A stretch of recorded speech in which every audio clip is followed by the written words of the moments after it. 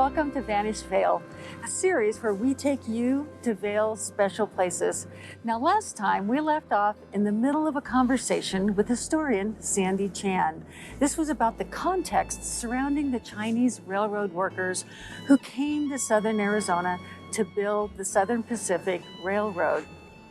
Now today, we're going to jump back into that interview to find out more about the specifics of building the railroad through southern Arizona, through Vail and CIENEGA Creek.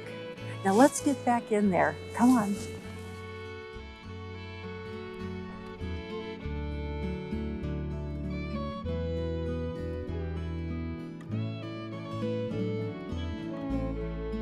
So what was going on in Arizona? So we know that at least from the mid-1850s, that there were discussions about bringing the railroad to the territory of Arizona. And there is a very interesting map online with the Library of Congress that has proposed railroad routes. So we know that this had been percolating around for a while in the consciousness. So by the mid-1870s, it finally became reality. And you had the Southern Pacific Railroad coming from California. You had the Texas and Pacific coming from Texas. Theoretically, they were going to meet in Yuma. That was going to be the deal. So the Southern Pacific reaches the Colorado River in May of 1877. The Texas and Pacific is nowhere in sight. They're not even out of Texas yet. So there's obviously a little problem here. Now, I understand there was some ambiguity to the contract. So the Southern Pacific decided, well, we're here, maybe we'll just build a bridge. Maybe we're not really in the territory of Arizona, so we're not in violation of our contract. So they built a bridge across the Colorado River into the territory of Arizona. And this was done probably in September. And then they decided, oh, what the heck? Let's just go into Yuma. So at the end of September 1877, the first trains entered the territory of Arizona. And this caused an electric shock that went up to the United States Congress and back to the territorial governments of both New Mexico and Arizona. So in a remarkably fast-moving political maneuver, by November of 1878, the Southern Pacific of Arizona was incorporated. I think Southern Pacific of New Mexico was incorporated. And that's like 14 months after they first, kind of crossed the Colorado, they were ready to leave Yuma. And I think 14 months in 1877 they didn't have telegraph and stuff. So, you look at some of the political stuff now, it takes them 14 months just to agree on one thing. These guys got incorporated into the states, incorporated in states as legal entities, allowing them to move through. So when governments want to move quickly, they can, and they did. By November 1878, they moved out of Yuma, and they were moving east. They moved along the general line that Interstate 8 runs now. So Yuma to the east, there's a little blip to the north in a place called Maricopa, and Maricopa is still there. Then they took a southward bend, and we're kind of running parallel to I-10 now. They took a southward bend, and by May, the end of May of 1879, we're talking 7 months later, they stopped construction in Casa Grande. There were two reasons. One was the heat. And I saw somewhere that there were complaints about the heat by the end of March, but they really wanted to make it to Tucson. They wanted to stop in Tucson. The combination of the heat and a lack of supplies meant that they stopped in Casa Grande. When they stopped in Casa Grande, they were just like, okay, Chinese guys, see you later. And, Chinese guys did what they had to do. They took off. And so there was a break from the end of May 1878 until the first Chinese started showing up, forward parties, in January of 1880. So there was maybe 6 months where people were cooling off and reforming and everything. So in January of 1880, the first forward parties of Chinese came into Tucson. I think there was about 300 people. And they started working on the infrastructure needed in Tucson. By February, there were reports of Chinese working out in the CIENEGA Creek. Now, CIENEGA means marshland or swampland. So you can kind of see some of the problems that we're going to be facing the railroad. But this was very important to them to follow this line through. So you've got from what is now Vail to a place east of Benson called Dragoon, and actually there's still a settlement, there's still people living in Dragoon, that was the most difficult and expensive part of the railroad to build and to maintain. So when you get into the CIENEGA, you've got this swampy kind of marshland, hard to build a railroad on, but you also have extensive rock outcroppings along the side of the CIENEGA, which is also difficult to build a railroad on. So there was a lot of work that had to be done with the land and to blast the rock away. There had to be a lot of kind of carving of the land to get the railroad to go through the CIENEGA. Once out of the CIENEGA, there was a grade, and railroads don't like grades, I think, of more than 2%. So it has to be almost flat, especially for the railroads in the 1880s to efficiently run their trains. So they had a lot of work to do. So this is in February. By March 20th, 1880, the railroad officially arrives, Southern Pacific officially arrives in Tucson, and it's a huge, big deal. By June, early June 1880, is the census.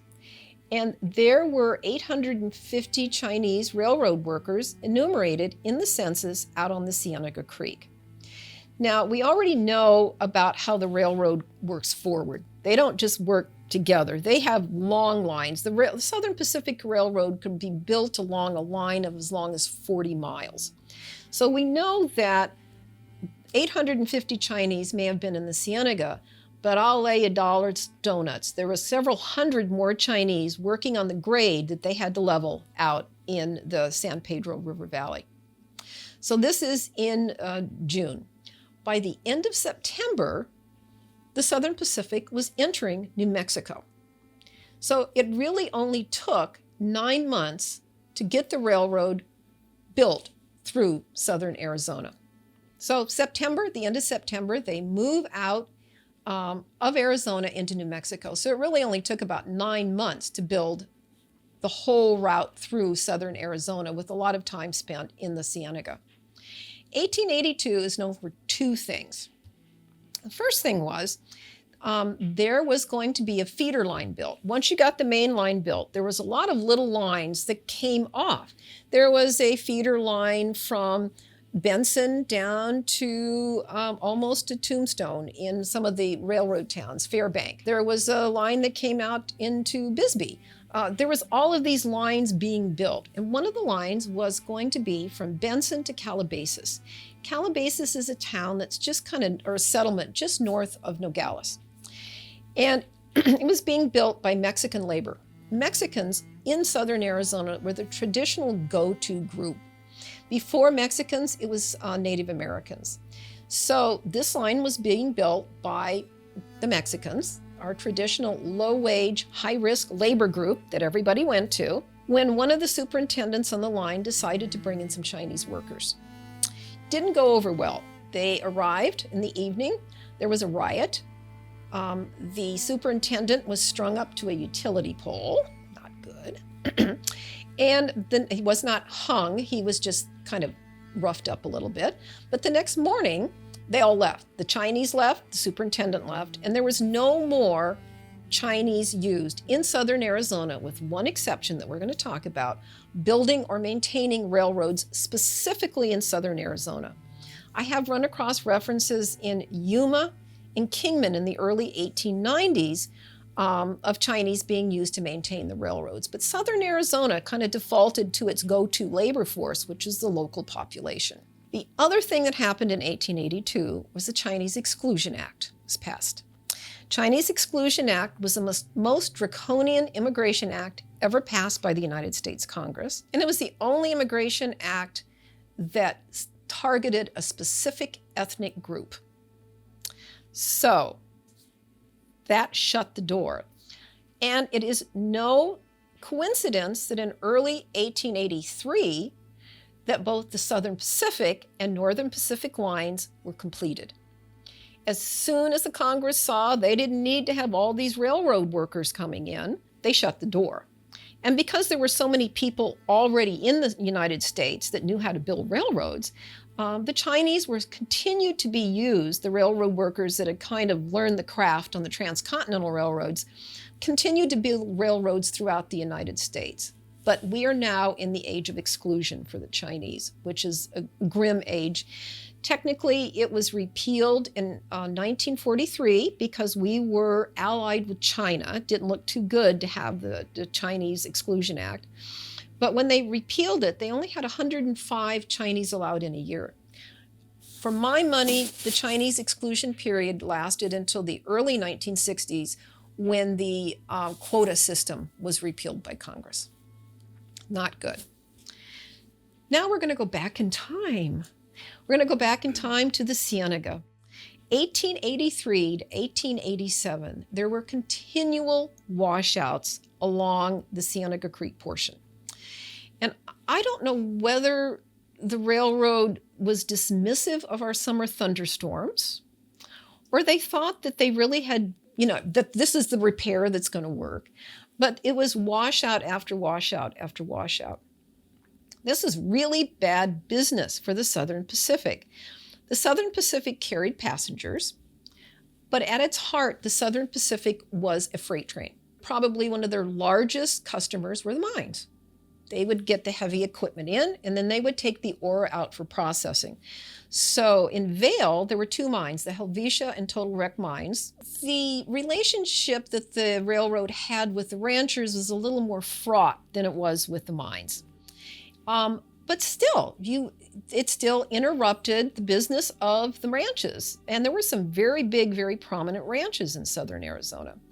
You had a problem with the passenger service too, because if it washed out, the railroad had to get those guys to the other side of the washout. So they had to get wagons or stagecoaches, and they had to transport them to where they could catch the next train to the east or to the west. That was not good. You also had huge problems with communication. The trains carried mail, so the mail was cut off, and the telegraph wires and poles were strung right beside the railroad tracks. So when the track washed out, frequently the telegraph went out. And then you have all of the merchants now in all of these new towns. Tucson's not a new town, but Tucson was growing. And then you had Benson and Wilcox that depended on the train to bring merchandise into the stores. That was all cut off. So, this is a huge problem that for some reason it just took them a while to correct. Now, in 1887, actually the year of 1887 was kind of a crappy year for the railroads. I think it was in April of 1887, there was the first Jesse James style robbery of a train in Arizona near the Pantano station. Doc Smart and the gang robbed the railroad. It was like this big deal, okay. Then in May, there was a huge earthquake, 7.2 to 7.5 in northeastern Sonora, Mexico. And what this did was it knocked a lot of the railroad tracks out of alignment. So the railroads had to be realigned. You had rock falls and landfalls that came across the tracks, so they had to be cleaned up. Everything had to be, made sure it was okay. Then in August, Doc Smart came back. He robbed the same train at almost the same place on the track. And this time he derailed the engine as a special present to the railroad. So this was like another headache. And then in September of 1887 was a massive washout of the railroad track through the CIENEGA Creek. It was so massive that railroad ties from the CIENEGA washed up near Fort Lowell. So in order to do that, you have to get through the whole CIENEGA Creek as it enters the Pantano. It has to flow all the way down the westward facing front of the Rincon Mountains until the Pantano enters the Riedo, which is where Fort Lowell is. I kind of calculated this at about 30 miles, but it could be more.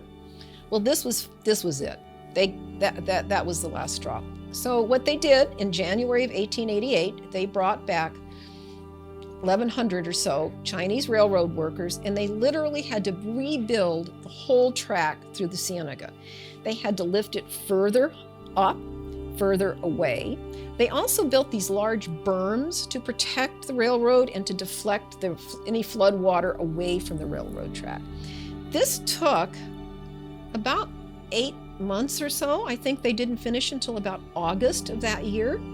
But after that, it was pretty good.